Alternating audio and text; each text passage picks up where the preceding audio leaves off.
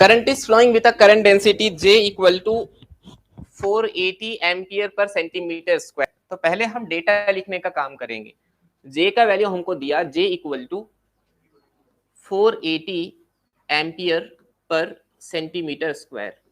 हमको ये बात याद है कि हम जब भी डेटा लिखेंगे एसआई यूनिट में लिखने की कोशिश करेंगे। एम्पियर तो करंट का ऐसा यूनिट है, लेकिन डिवाइड में सेंटीमीटर स्क्वायर आ रहा है, सेंटीमीटर स्क्वायर नहीं चलेगा, क्या करना पड़ेगा, मीटर स्क्वायर में कन्वर्ट करना पड़ेगा। कैसे कन्वर्ट करेंगे, ये 480 एज इट इज, ये ampere as it is, centimetre means 10 power -2 और ये मीटर का whole square, that gives 480 ampere divide by 10 power -2 का square 10 power -4 times of metre square, that gives current density equal to 480 into 10 power +4 ampere per metre square. अब ये अच्छा दिख रहा है, ऐसा यूनिट में आ गया। आगे बढ़िए। Assuming that each copper atom contribute one free electron and given that Avogadro's number equal to 6.0 10 power 23, density of copper 9.0 ग्राम पर सेंटीमीटर क्यूब, इसको मैं यही कन्वर्ट करता हूं 9.0 10 पावर, क्या हमको ग्राम में ही रखना है, दूसरा मास ग्राम में है, ये मोलर मास ग्राम में था, ग्राम में ही रहना चाहिए, ठीक है जी। सो ये हम यहाँ 10 यूज नहीं, इससे पहले हमने एक ऐसा ही क्वेश्चन किया था, क्वेश्चन नंबर 6 था, क्वेश्चन नंबर 6 सेम मैंने कल ही करवाया था। तो वहां हमको एक फॉर्मूला मिला था, हमको पता करना था कितने इलेक्ट्रॉन एक यूनिट वॉल्यूम प्रेजेंट है, number of electron per unit volume हमको पता करना था। फॉर्मूला क्या मिला था, Avogadro's number into density divide by molar मास, शायद आपको याद हो, मैं लिख लेता हूं। फॉर्मूला कुछ ऐसे मिला था, number of free electron per unit volume is equal to Avogadro's number capital N divide by molar mass into density. Molar mass अगर ग्राम में है तो डेंसिटी भी क्या में लेना पड़ेगा।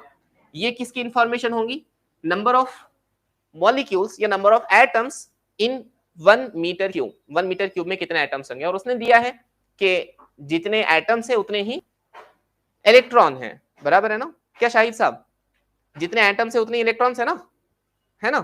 आपको कैसे पता भाई,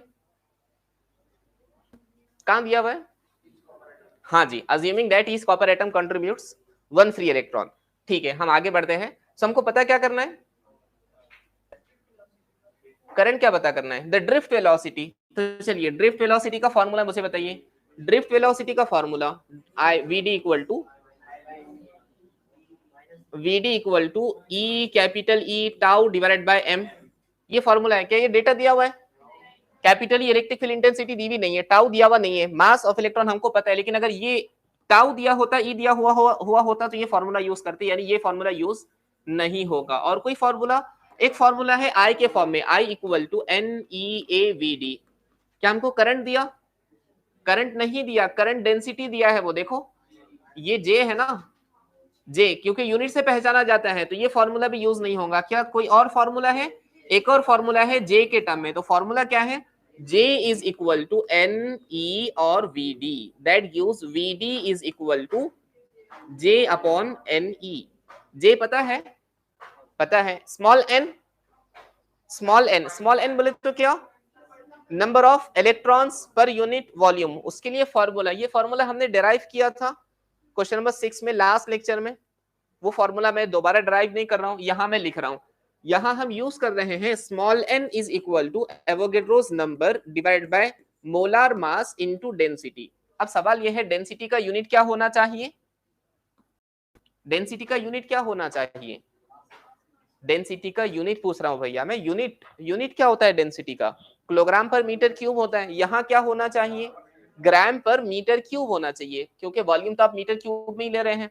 तो ये सेंटीमीटर क्यूब को कन्वर्ट करना पड़ेगा, क्या में, मीटर क्यूब में। ग्राम को कन्वर्ट करने की जरूरत है क्या, नहीं, क्यों नहीं है, क्योंकि यहाँ 64 ग्राम्स दिया है। अगर आप यहाँ किलोग्राम करते तो यहाँ भी किलोग्राम कर दो, कोई फर्क नहीं पड़ेगा, लेकिन हम उसको ग्राम में एज इट इज रखते हैं। तो कितना हो गया, ये हो गया 9.0, ये ग्राम एज इट इज। सेंटीमीटर को कन्वर्ट करो मीटर में, कितना होगा 10 पावर -2 का cube, that gives 9 gram divided by 10 power -2 का क्यूब, कितना हो जाएगा 10 पावर -6, और मीटर क्यूब आ जाएगा यहाँ, मतलब कितना हुआ 9 इंटू 10 पावर 6 ग्राम पर मीटर क्यूब। अब ये बराबर हो गया, शायद आपको याद हो तो क्वेश्चन नंबर 6 में भी यही डेटा था, सेम टू सेम, डेंसिटी भी उतनी थी, मोलर मास भी उतना ही था, ठीक है ना।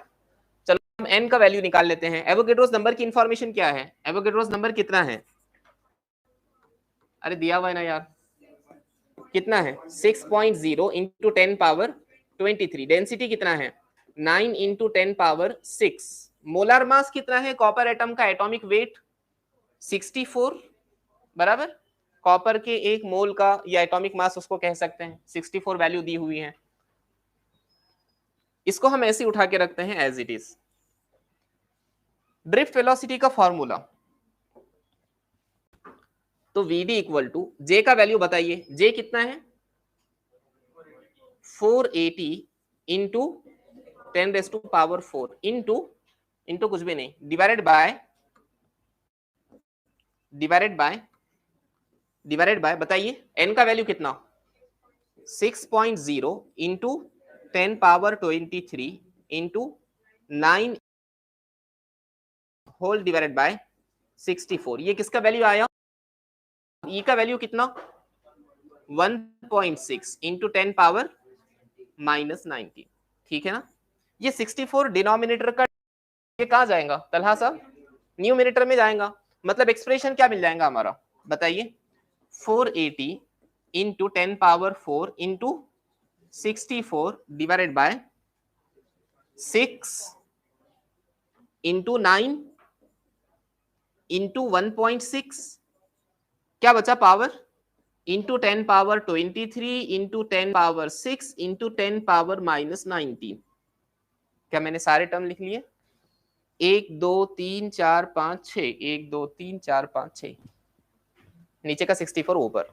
अब जरा ध्यान दीजिए, ये 1.6 है ना, 16 अगर ये होता, ये 16 होता तो 16 4 जा, लेकिन ये 1.6 है तो कितना हो जाएगा 40 है ना, 40 हो जाएगा।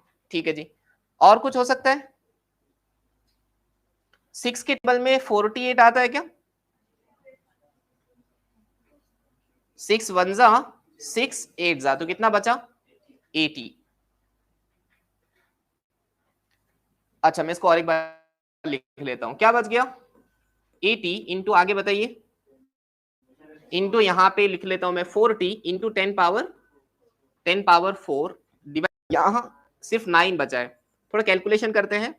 23 प्लस 6 कितना होगा 10 पावर 29 इंटू 10 पावर -19। क्या मैं सही लिख रहा हूं। अच्छा मान लीजिए ये 81 है, मान लीजिए ऐसा, क्योंकि ऑप्शंस हम देख रहे हैं काफी ज्यादा दूर दूर है, बहुत ज्यादा डिफरेंस नहीं आएगा। सो 9 1 जा 9 9 जा 9 4 जा कितना 36, तो कितना बच गया 360 इंटू 10 पावर 4, नीचे कितना बच गया 10 पावर 29 -19 कितना हो जाएगा 10 पावर प्लस वाला 10, तो कितना बच गया 360 into 10 power 4 into 10 power -10, that gives 360 into 10 power 4 -10, that gives 360 into 10 power -6। Answer क्या में आएगा, मिलीमीटर में क्यों आएगा, ऑप्शन में दिया हुआ है, ये तो काफी अच्छा है। मतलब ऑप्शन में जो दिया हुआ होता है हमारा आंसर भी उसी में आता है ना, सिंपल सी चीज। ऐसा नहीं होता, होता क्या है जिस सिस्टम ऑफ यूनिट में हम क्वेश्चन सॉल्व करते हैं आंसर उसी सिस्टम ऑफ यूनिट में आता है। हमने सॉल्व किस में किया, एसआई सिस्टम में, तो आंसर क्या में आएगा एसआई सिस्टम में। एसआई सिस्टम में वेलोसिटी का यूनिट क्या मीटर पर सेकेंड, तो आंसर क्या में आया मीटर पर सेकेंड में, लेकिन ऑप्शन सारे दिए हुए हैं मिलीमीटर्स में। अब हमको कन्वर्ट करना पड़ेगा, चलिए थोड़ा सिंप्लीफाई करते हैं। यहां अगर मैं 360 इंटू 10 पावर -3 इंटू 10 पावर -3 लिख लूं तो चलेगा। अरे 10 पावर -6 को लिखा मैंने -3 एक ही बात है ना। 10 पावर -3 मीटर, ये क्या हो जाता है, तो क्या बच गया 360 इंटू 10 पावर -3, और वो 10 पावर -3 मीटर मिलके बन गया मिलीमीटर, डिवाइड वाला सेकेंड एज इट इज, ये -3 यहाँ यूटिलाइज हुआ तो डेसिमल 3 से पीछे 0.36 mm पर सेकेंड। सो